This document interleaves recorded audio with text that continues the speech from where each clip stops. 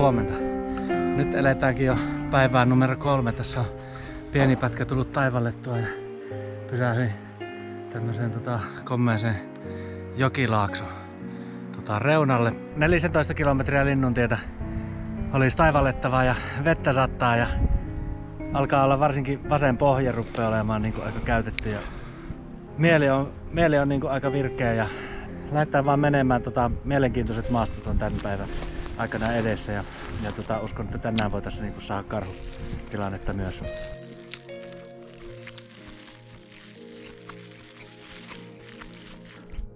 Puron varresta on lähtenyt jotakin.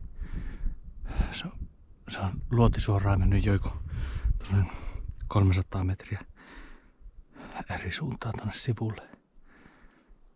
Sitten sieltä lähtenyt tulemaan vähän takaisinpäin. Äsken kuului Teeren lentoon lähtö.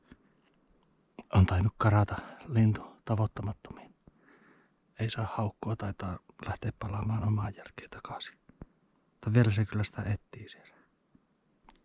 Nuo puronvarret on aika hyviä paikkoja tämmöisten näinkin tämmöisten niin kuin avarien kankaiden reunoilla. Hyvää semmoista suojapaikkaa linnuille. Monesti poikuet on niissä.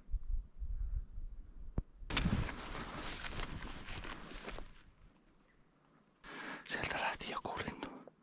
Itse en nähnyt, mutta joiku meni häntä suoraan. En edes kuulu. Vauhilla jatkaa tonne. Käypi tsekkaamassa, että oliko lisää lintuja.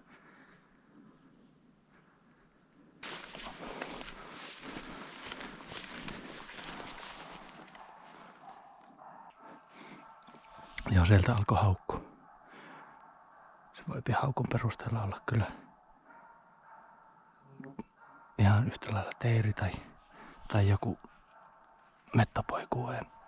mettäpoikueen jäsenistä. Lähdetäänpäs lähestymään.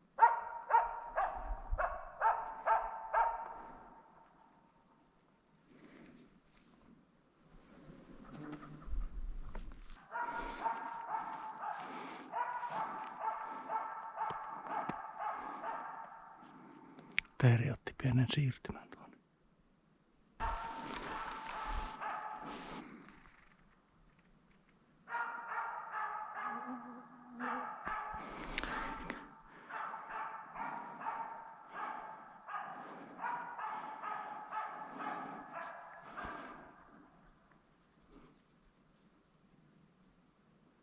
Sitten karkas. Mä inhoan näitä teerihaukkuja kyllä.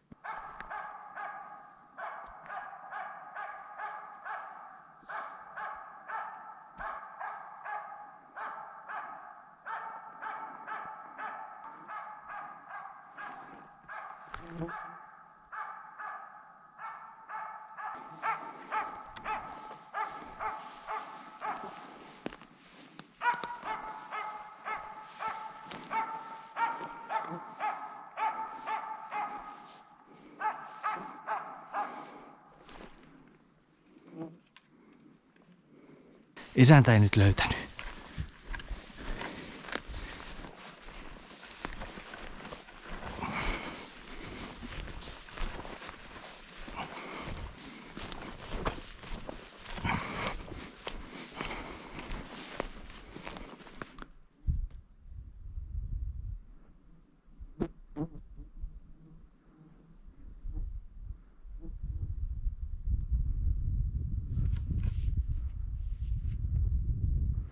Keli kääntyi oikein komiaksi. Tuolta tulee kyllä varmaan sadepilvet kohta puoliin, mutta nyt paistelee aurinko. Kello on vähän yli 2 ja Linnuntietä vielä 8,6 kilometriä kohteeseen. Taitaa pimeä tulla ennen kuin kerkee perille. Katoppas.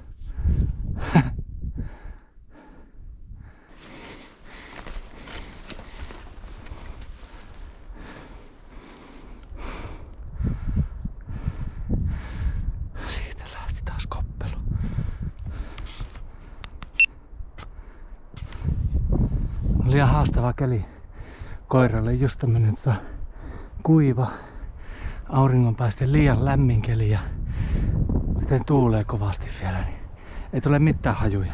Mutta tästäkin Joiku on mennyt tästä niinku ihan melkein puun alta.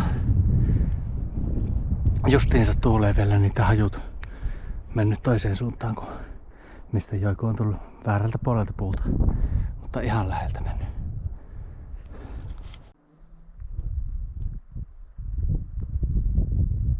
Kuutisen kilometriä olisi, kello on nyt 16 pintaan ja 6 kilometriä jäljellä.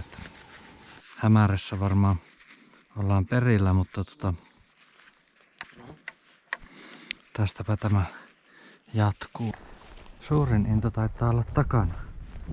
Olisiko se Joikullakin huomenna ehkä välipäivä? Jos me huomenna vähän levättäis enemmän.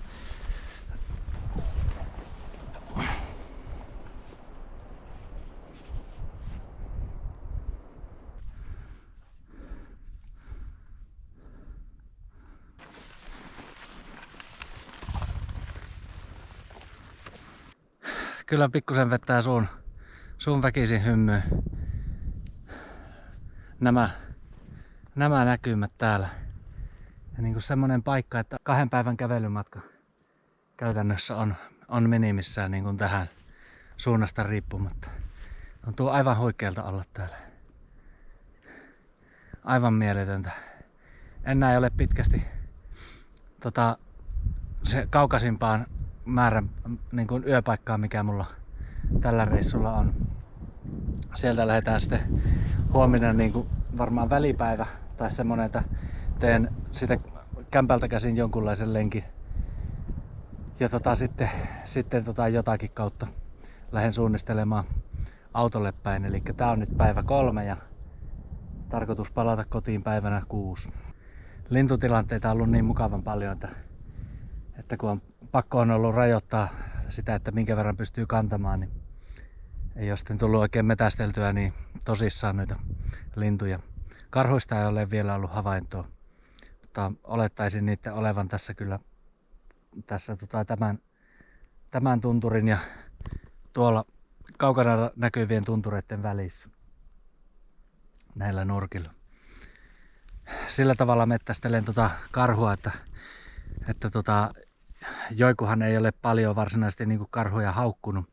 Viime syksynä oli kyllä tilanne, parina päivänä oli karhutilanteita viime syksynä, niin siinä ensimmäisen päivän tilanteessa tuntureita, jonka laella löysin 15 karhun paskakasat ja 3-4 makuukuoppaa olivat niin kuin ihan pienellä alalla, ja siitä Joiku otti silloin vainun ja lähti alarinteeseen päin menemään, ja sieltä kuului sitten 400 metrin päästä semmoista pelonsekaista haukkua joku minuutin verran.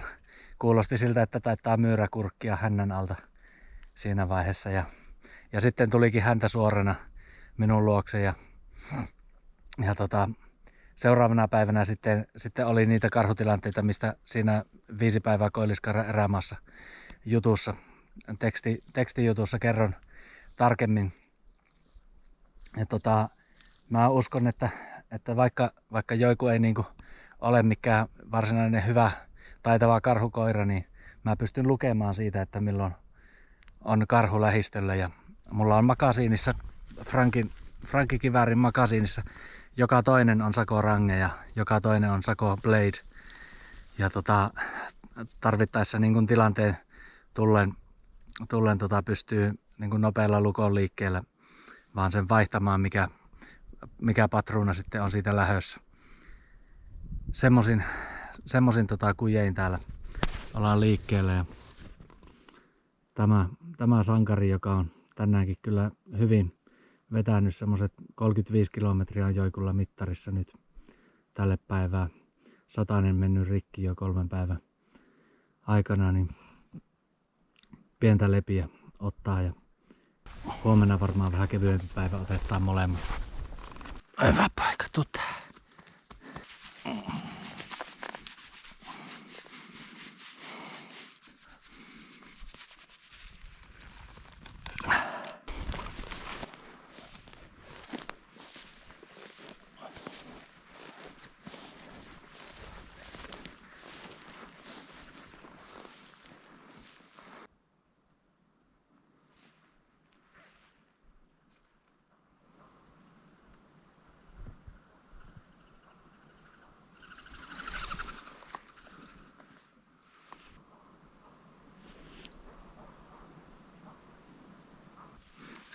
Katoppa näkyykö tuohon näytölle? Eteen näkyä siihen näytölle. En ylitä nostamaan tätä tarpeeksi korkealle, mutta joku nosti tuolta koppelon puuhun. Koppelo kotkotti ja koppelo otti semmosen 300 metrin siirtymän. Joiku löysi sen sieltä yhdestä haukauksesta, karkas eteenpäin. Ja nyt on joiku vetänyt 600 metriä sen perässä. Eli tuo jälkimmäinen seuranta on 440 metriä.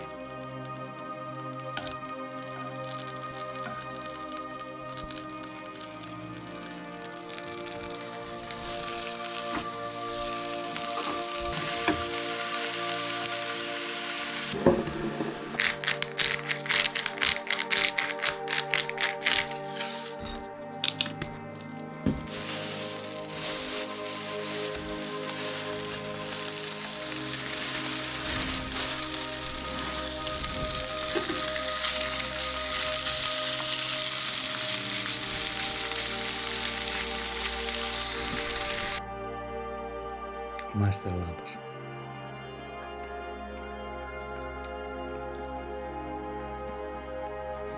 Ainakin kantarellit on hyviä.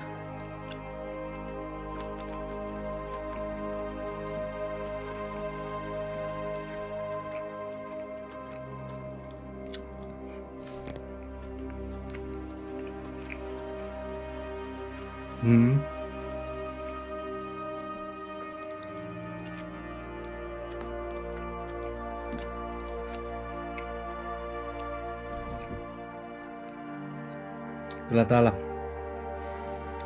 erällä tää maistuu kyllä aika lailla niinku, että on kohillaan.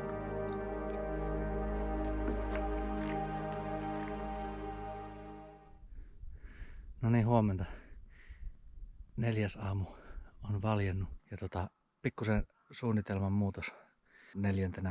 päivänä todennäköisesti, niin sitten sattaa koko loppuviikon aika lailla kahtamalla, niin vähän kuulostelin tässä vointia ja mietin, että ehkä ei ole järkeä enää lähteä 4. päivänä vielä kauemmaksi autosta, vaan muutan pikkusen reittiä ja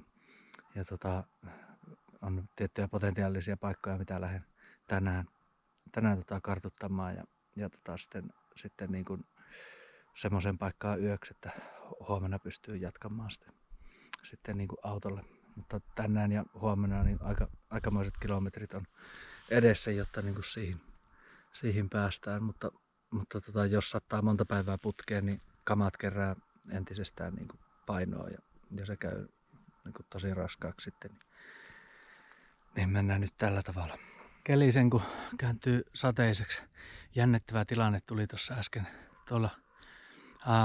Olin yhdessä tuommoissa niin kuin vaarojen välisessä laaksossa, kun joiku sai vainun ja 250 metrin päästä jotakin otti selvästi sieltä ylös. Kuului ihan selvään, niin kuin, että metto hioo nokkaa. Ja mä vilkasin, että missä se joiku menee, niin joiku oli sinne päin suuntaamassa ja 400 metriä olikin niin pitkä matka siinä, niin alkoi haukku 400 metrin päässä. Ja kuulin, kun siellä metto hioo koiralle nokkaa, koira haukku. Ei kestänyt pitkään se haukku, niin se lähti sitä vaaran rinnettä niin kuin yläviistoon. Ja 700 metrissä kohta, niin mä kuuntelin koko ajan niin kuin korvat höröllään, niin kuuluu semmoinen kevyesti ja samalla rysähti niin kuin haukku. Ei kestänyt pitkään, että se katkesi myös siitä. Ja silloin ajattelin, että kun joku näytti lähtevän tulevan niin kuin 15 takaisinpäin, niin ajattelin, että taitaa olla nyt toivo menetetty siitä. Vaan vielä mitä, ei mene pitkäänkään, kun kuuluu niin kuin siinä, kuuluu yksi tommonen kirskasu ja saman tien alkaa haukku. Mä kuuntelin sitä haukkua ja matkaa siihen niin kuin oli se joku 600 metriä menolla ja lähdin siihen hissukseen menemään kohti ja nousin tämmöiseen rinteeseen. Tätä rinnettä niin kuin lähdin hiljalleen vaan ilman mitään kiirettä. Siinä meni varmasti yli tunti kaikkinensa, kun loppu 120 metriä sitten niin tästä niin kuin eteenpäin niin lähdin sitten, jätin repun ja lähdin niinku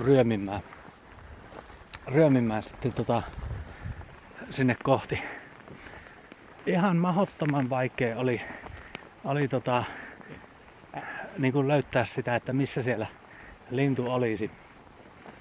Mutta luotto oli koiraan kyllä, ja kun kuulin myöskin äänestä siitä, tosiaan sen sieltä yli 0,5 kilometristä sattui tuulen mukana tulemaan, ja kun rinne samansuuntainen, niin sattui tulemaan se ääni, niin luotin, että vanha mehto siellä täytyy olla.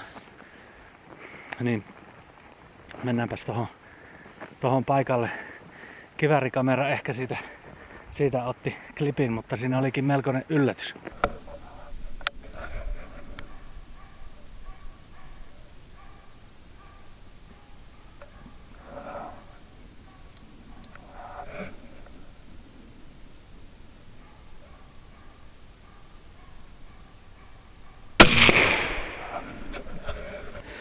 Joo, sillä tavalla se joiku pelasi 3. seurantahaukkuun. Siinä olikin useita vanhoja mettoja, joista tuplat ammuin. Kummatkin ovat kunnon vanhoja koukkunokkia ja lopputokka. Lukumäärää en osaa sanoa, mutta lopputokka lenteli sitten tästä lähtivät tuonne rinnettä alaspäin. Ja minä voin sanoa, että me joikun kanssa ei olla jatkamassa samaan suuntaan. Me ollaan aika tyytyväisiä tähän. Huomenta, se olisi 5. aamu jo nyt reissusta käynnissä, ja myöskin samalla niin kuin tää on reissun paluupäivä, eli viimeinen päivä. Tossa eilispäivä meni aika lailla pimeeseen ennen kuin pääsin majoitukseen, ja siinä muutama kilometri ennen majoitukseen pääsyä kuulin siinä muita laukauksia, niin päätin siinä sitten ottaa joikun hihnaan kiinni, ja joiku kulki sitten vyötäröhihnassa mulla sen loppumatkan. Ihan siitä syystä, että vuosi sitten täällä samoilla nurkilla kun olin, niin silloin tuli vähän semmoinen ikävämpi tapahtuma niin kuin toisen metästyskoiran kanssa, mikä oli joku oliko se jämpti vai mikä oli, ja 2 urosta, niin siinä joikukin oli sen verran väsynyt, että ei oikein malttanut luovuttaa herkästi ja meni vähän turhan pahaksi ärinäksi. Niin varalta koira kiinni, ja nyt alkumatkasta samoin pian koiran hihnassa, mutta toisesta syystä, koska silloin ensimmäisenä päivänä kun tulin tätä kautta, niin tässä alkumatkasta oli, eli niin kuin sen päivän loppumatkasta oli niin rutosti oli teeriä, että on pakko pikkusen nopeuttaa tätä, jotta kerkeen tänään vielä valoisen aikaan sitten autolle. Matkaa tänään on semmonen 20 kilometriä taivallettavana, ja maasto on osittain aika vaikea kulkusta ja jyrkkiä nousuja, niin tällä kantamuksella ja tällä maitohapon määrällä, mitä nyt jo rupeaa olemaan, niin ajattelin skipata nämä teeripaikat ja laskea irti koiran sitten tuossa vähän myöhempänä. Mutta katsotaanpa, mitä tää päivä tuo tullessaan vielä. Sitä ei koskaan tiedä, mitä täällä tapahtuu.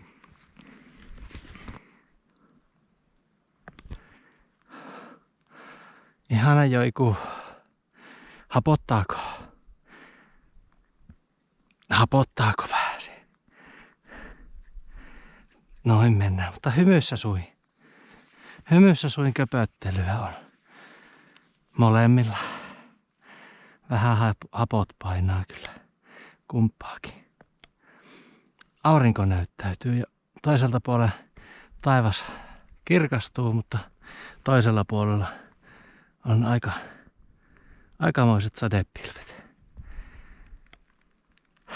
Pieni virkistävä sade ei olisi pahitteeksi kyllä tähän, mutta ihan mukava, jos pysytään kuivempanakin. Jatketaanpas rämpimistä.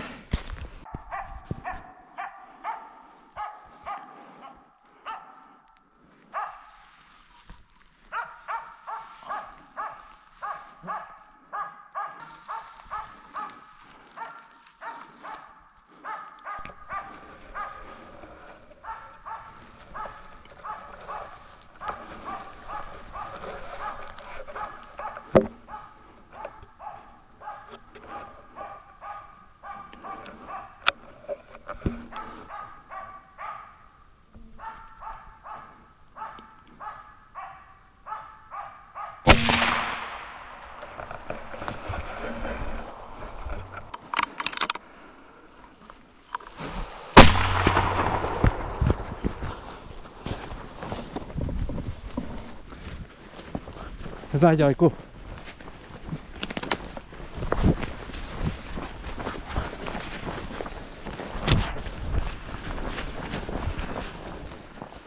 Hyvä joiku. Iso konna tuli. Iso konna tuli. Hieno paikka. Irti. Irti. Voi Turkanen. Voi Turkanen mikä mehto.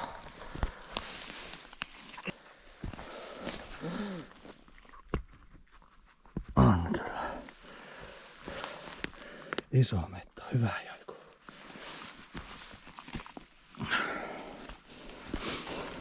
Ja nyt oli aika kova setti oli joikulta. Muuten joiku on aika väsyneenä kulkenut tuossa ihan mun lähellä.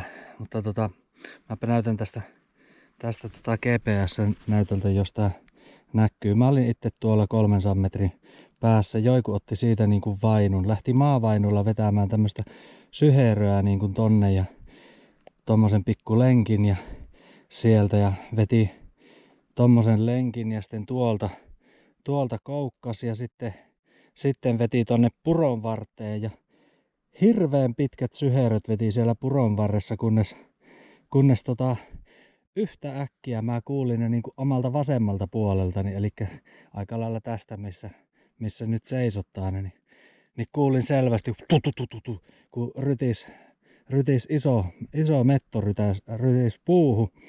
Sittenpä joiku lähti sieltä niin kuin tänne kohti ja niin kuin näkyy tässä kuvassa, niin näkyy, että joiku juoksi siitä aluksi ohi. Tässä alkuun pysähtyi ihan oikealla kohtaa ja haukahteli siinä jonkun verran hajun perusteella varmaan. Mä kuuntelin, että nyt kuulostaa lupaavalta. Sitten se jatkokin tonne noin ja sitten se meni siksakkia, niin kuin kävi tuolla lähtöpaikallakin vielä uudestaan pari kertaa ja etti täällä ja teki sitten niin kuin pidemmälle tonne lenkin. Sitten se palasi niin kuin tohon niin kuin kohtaan, missä sitten niin kuin siinä alkoi haukkua ja se alkoi selvästi niin kuin hajun perusteella, että mä tiesin, että ei ole havaintoa linnusta joikulla siinä ja siinä se sitten niin kuin kiinteytyi yhtäkkiä, se rääkäsi sillä tavalla, että kuulin, että nyt se sai niin kuin näköhavainnon siitä linnusta ja mä sitten jätin niin kuin rinka tai aserepun jätin niin kuin tonne peremmälle ja lähdin sitten niin kuin konttailemaan tässä lähemmän ja aivan armottoman vaikea paikka oli tuolla semmonen niin kuin tiukka puustoryhmä. Että ajauduin itse tähän, katsotaanpas paljonko tää oli lopulta niin kuin oli ampumamatka oli tasan 50 metriä tuolla kiväärillä, kun ammuin. Laitinkohan mä siitä tallennuksen edes pois päältä, enpä laittanut. Sammutetaanpas se. Noin. Niin lopulta niin kuin 50 metriä ja joku oli haukkunut siinä on niin pitkään ja koira on niin väsynyt, että se kun mulla risahti tässä tämmöisen niin kuin kuusen taakse tulin ja sitten täältä niin kuin kiikaroin. Näin kyllä mihin joku merkkas. Lopulta niin kuin sitten pääsin sen niin kuin näkemään samalla kun hahmotin, että missä se lintu on, niin samalla joiku tuli minun luokse, lopetti haukkumisen ja mä en ole ihan varma, että näkikö se lopulta kuitenkaan sitä lintua vai vai oliko se pelkästään hajun perusteella haukku, mutta sillä joikulla meinasi mennä usko tuossa noin ja mä sitten osuutin joikun sinne ja se ihan oikeaan osoitteeseen se paukutti haukkua ja siirryin tuosta niin kuin metrin verran kuusen suojasta ryömien niin kuin tuohon sivuun ja ristikko kohilleen ja virne päälle. Ei siinä suolistamme tämän linnun tässä ja matka jatkuu kotiin. En taida tätä laitella lihoiksi niin kuin muut linnut on aina sitä mukaan sitten niin kuin varsin niin eilen mitä tuli niin pari ronttia niin isompaa niin oli pakko saman tien ne leikellä, että pystyi sitten etenemään siitä eteenpäin. Mutta on tää kerrassaan niin kuin komia reissu kyllä ollut. Aivan valtavaa. Tämmöstä maisemaa välillä näyttää täällä näin. On tää vaan sen verran raju setti, että sanokkaas viisaammat, että mikä ihme saapi kenetkään niinku tänne lähtemään. Ton meton kautta meni vielä niinku pykälää rankemmaksi tää päivä. Muuten niin aikaa tuhraantui niin, että kello nyt rupeaa olemaan 4 nurkilla ja tässä on pikkusta vaille 10 kilsaa vielä vedettävänä. Te joutuu nyt vetämään kyllä niinku aivan raivolla, vaikka tuntuu, että voimat alkaa olla jo kokonaan käytetty. Mutta niinku silmät rupeaa sumenemaan pikkuhiljaa ja aina kun pysähyn, niin joikukin vetää se, niin kuin tuolla on nytten taas tassujaan nuolemassa tuon ison petäjän alla. Kuukkelit nauraa meille täällä. Muuten on kyllä hiljasta, että ei ole minkäänlaista elämää täällä. Mietin sitä myös, että milloinkaan lie kukaan on meton vanhusta käynyt moikkaamassa edellisen kerran. Saattaa olla melkoinen tovi siitä. Mutta joku se on mikä tänne vettää ja on ollut hirmuinen hinku, että tänne on pakko vaan päästä. Ei sitä pysty selittämään. Jatketaanpa painamista.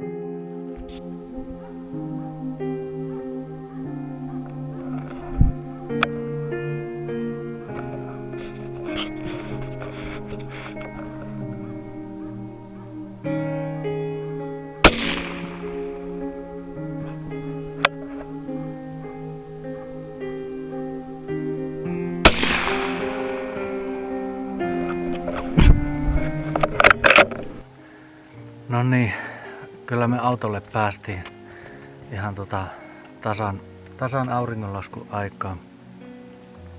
Täytyy sanoa, että en olisi voinut kuvitella, että näin raskaaksi menee tää paluumatka, että siinä vaiheessa kun akut loppu GoProista ja muista, niin tuntui, että alkaa loppua akut itsestäkin ja kello lähenteli 4 ja 10 kilometriä oli vielä matkaa tänne autolle. Vettä alkoi satamaan aika reippaasti siinä ja maasto oli erittäin niin kuin vaikea kulkusta, pääsääntöisesti niin kuin tuommoista suomaastoa ja soistuneita kankaita, niin meinas olla siinä vähän vitsit vähissä ja käydä aika rankaksi touhu. Joiku kans osoitti siinä melkoisia väsymyksen merkkejä ja kuitenkin siinä aika monta mettotilannetta tuli vielä. Koira ajeli mettoja osittain niin kuin kauemmaksi, osittain puihin, mitä mun piti sitten huuttaa aina joikulle että nyt ei ole varaa meidän niihin enää keskittyä, vaan pitää jatkaa vaan autolle päin.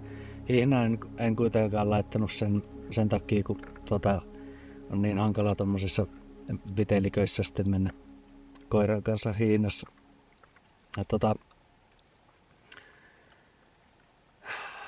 Kerkesin tossa jo tulemaan kuitenkin niin kuin ihan normaalin talousmetän puolelta tähän autolle ja oli siis semmosella alueella, missä ei ole metsätaloustoimia harjoitettu aikoihin, joka on säästetty tommosena niin kuin erämaa-alueena. Osa teistä voi tunnistaa paikkoja, mutta toivon, että jätetään niin kuin paikan nimet kertomatta tässä videossa ja myös kommenttikentissä, mutta on semmonen erämaa-alue, jossa minulla kuntalaisena on metästysoikeus. Ja pitää niinku sanoa, että tähän normaali maailmaan astuessa takaisin, niin jonkunlainen niinku suru iski siinä niinku väistämättä, että kyllä se sydän taas niinku jää tonne erämaahan ja siellä se taas odottaa sitten niinku seuraavaa reissua. Ei muuta kuin uusiin seikkailuihin. Kiitoksia kaikille, jotka jaksoitte katsoa tämän videon tai nämä videot, mikäli tästä ehkä muutamassa osassa saatan tän laitella julki. Jes, morjens.